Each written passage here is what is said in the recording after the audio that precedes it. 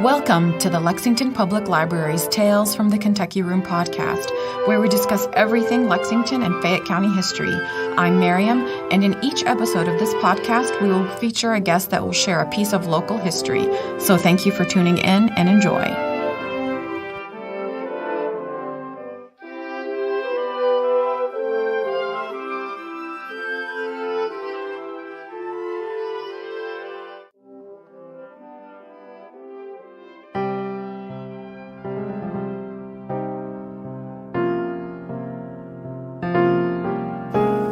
In the mid-19th century, Lexington would witness a devastating outbreak of the cholera, not once, but twice. The first epidemic would come to the city of about 7,000 inhabitants in the summer of 1833, killing 500 people. The water-borne bacteria would seep into the city's water source, infecting the young and the old. Then again in 1849, an outbreak would affect cities in the state of Kentucky and many other states, and among those killed were former President James K. Polk and hundreds of people seeking gold in the rush of 1849. In tragedy, families are devastated by loss, and yet heroes emerge. We hope to highlight their stories and preserve a piece of Lexington history through this next series of podcasts.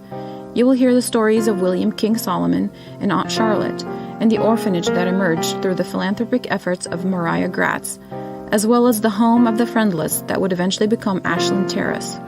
As always, thank you for spending your time with us and listening.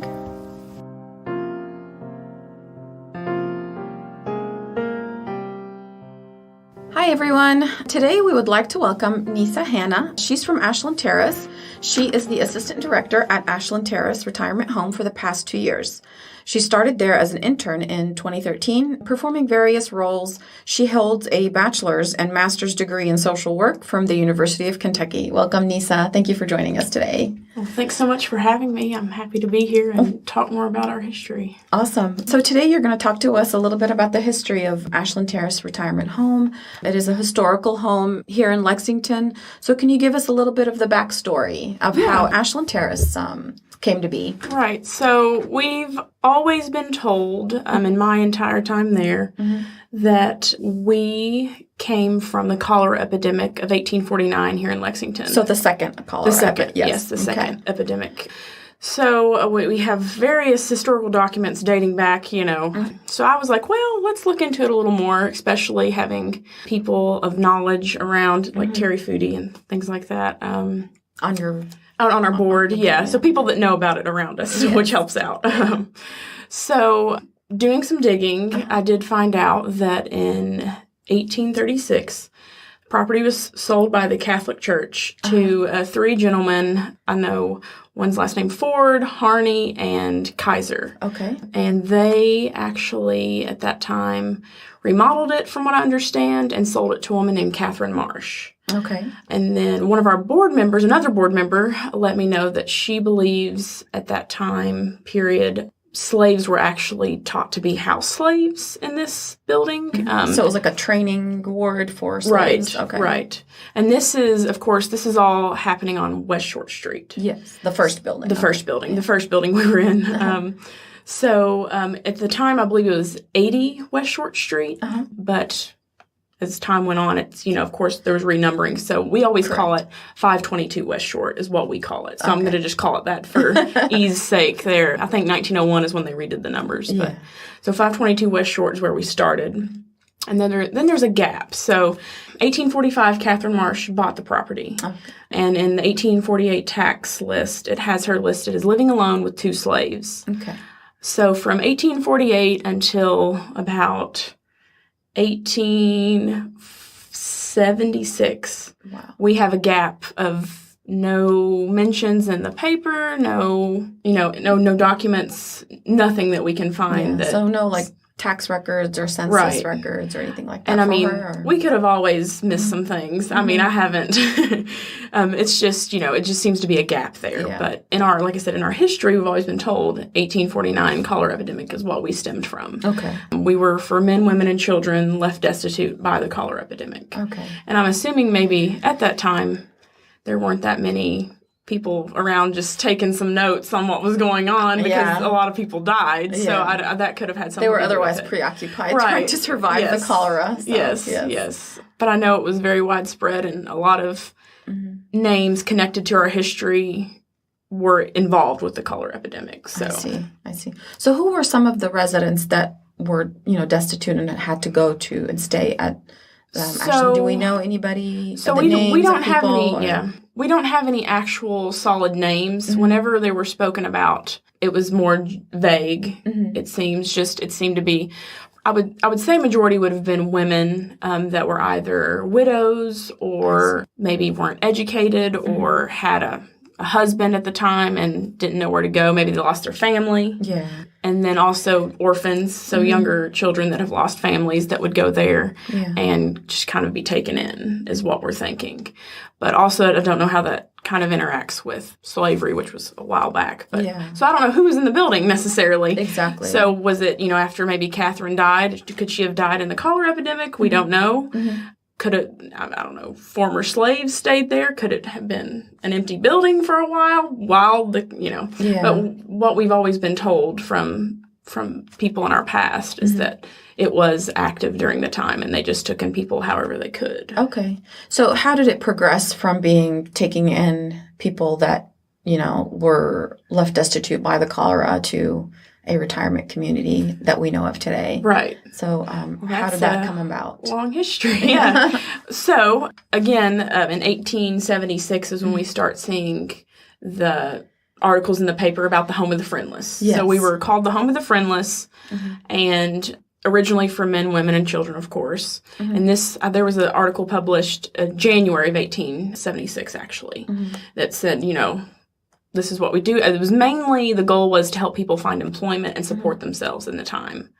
And then in February of 1876, so just a month later, they made a statement in the paper. I think it was the Lexington Daily Press was the name of it then. They made a statement in the paper saying they would no longer take men on as residents. So they would only be able to be day boarders because of some incident that occurred where I don't know if there was a drunken man or a mentally ill man that came in and demanded to stay there, and it turned into a thing, and big controversy, right? And then that's where I do know we only accepted women, so that is a big part of our history. In the current day, we only have women. Okay, so childless women, right. And then there was another article in May or June of that year, 1876, stating something about a wool mill, I think, that was near the area. I don't remember the brothers' names. Those brothers that owned it, I believe. Yeah. That women and girls would work at the wool mill at times. Okay. And I guess that would enhance what they're saying they were trying to do is help people find employment. Yeah. So as the years progressed, I believe it just ended up being older women. Okay. So no longer younger girls. Of course, no men staying there.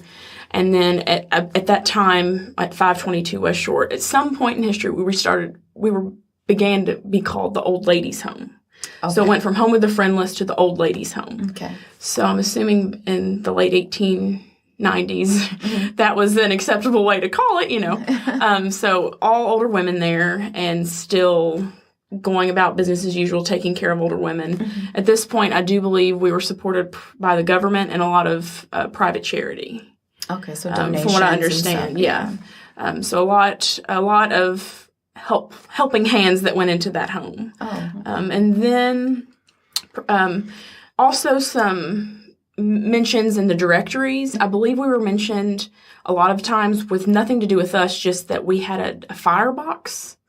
I think is like when you would call for fires in the day, you could go out and there were every so often on the streets, there was a firebox, I don't know if that's the correct term, in front of our building or near in front of our building. So it would say at this location there's a firebox. And whenever a fire was around there, it would say there was a fire. And every time we were listed near that firebox. So that was kind of maybe a point in the community where we were like a go-to kind of spot. So people are like, oh, you mean the home of the friendless down there? So that's interesting to know that it was just near that. That's maybe why we were mentioned sometimes when we were never mentioned. Yeah, because you had that service or whatever in front of the building. Yeah. That's very interesting. Yeah. All right. So as time kept going on, 1925, we moved to West High Street. It was 710 West High, but it was actually two buildings that were connected by I guess you'd say a ramp that was covered. So like a little maybe breezeway? Or, Right. So it connected two homes, and it was called the Appleton Place or Appleton Residence. And we bought it at that point for like $13,500 in 1925. I'm sure it was a good chunk of change. Right. And the article that states, I think that article was in 1925, of course. It stated that we had 25 to 30 residents that were, capacity, and that we were receiving money from the Welfare League in Lexington and also from the government, and it's stated like various amounts, like $3,000 and this and that, and a lot of, again, public donation that it mentioned. Yeah. So we went there, and we were known always in that building as the Old Ladies' Home. Okay. We actually became incorporated that year in 1925. Okay. So lived there, kept living there. I think always had 25 to 30, capacity. I don't know if we stayed full or not. Yeah. But we do have a lot of old board meeting notes where they talk about buying. We were going to buy a spool of yarn and this and that, like very small things compared to today. To keep the ladies busy. Right. Yeah. And so, history keeps progressing, and they made plans to move to a different location on South Ashland Avenue where we are currently. Okay. And that location, we moved there in 1960, but I believe it was in the works for a few years before we actually moved there. Yeah. So 1960, we moved there, and that's where we're at today. It originally had, I believe, capacity for 24 residents, and they had like a director that would live there, and they had like a nurse, which we don't have now. They had a nurse that would live there, and I think there was lodging for 3 other people because capacity was 24. Again, there until today, but in the 1970s, I think it was 73 or so, the ladies decided they did not like the name, the Old Ladies' Home, anymore. And I don't blame them. Right, yes, I don't either. I don't even like calling older people elderly. So that's when we changed it. It was in 1973. But technically, we're the Old Ladies' Home doing business as Ashland Terrace because it's just a whole lot of work when you have, trusts and your beneficiaries to, different people's money that they've given us. It's a lot harder to change your name on all that paperwork. So we just call ourselves Ashland Terrace. Ashland Terrace. Yes. Because we're on the corner of South Ashland Avenue and Ashland Terrace. Yeah. So it makes sense. Back then, though, I believe it was called South Ashland Extension. Maybe they named it that because of us. I don't know. Maybe. Yeah. That's a good history of Ashland Terrace. Yeah. How is the history being preserved and carried on? So we have 2 great pictures in my office of 522 West Short and 712 West High that I show people every time someone comes to tour. I always try to mention, hey, we've been around in some capacity, we know, since 1849 during this second cholera epidemic in Lexington. And people that are coming to look around for a family member or just, a business associate, they're really impressed by that. They're like, well, you all have been around that long? Because not many things tend to stay around that long in Lexington, it seems. And if they do, maybe they don't have the original mission that they once had. Yes. And our mission has always been to care for those in need in some capacity. And although it might not have started out only women, very shortly after, it seems, in the 1870s, we were only caring for women. So I take great pride in that, and that's something that we've continued to do, and we offer a very great service to Lexington today, even. So yes, and can you talk to us about the service just briefly? Oh yeah, so we're an independent living retirement home. We have 35 residents, 35 capacity.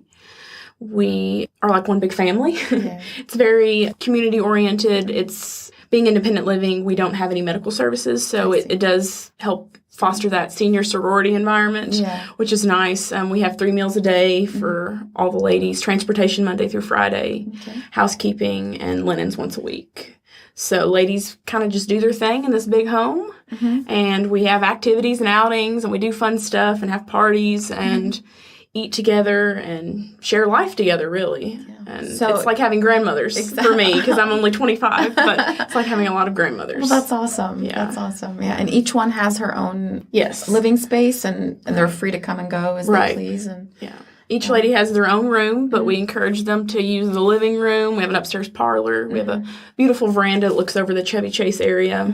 And we have a public cutting garden that's behind our parking lot, just right outside our building. And it's actually the only U-Pick public cutting garden that I know of in Lexington. So people I can did come. not know about that. That's interesting. Yeah. Is it just like a flowers and? So yeah, people can snip flowers, and we also have some raised beds with herbs. And who takes care of the garden? So our former director of 23 years, Rick McGee, she's a master gardener, and she still is out there in the garden. Although she's not in the building very much, she's still out there. I saw her this morning, actually.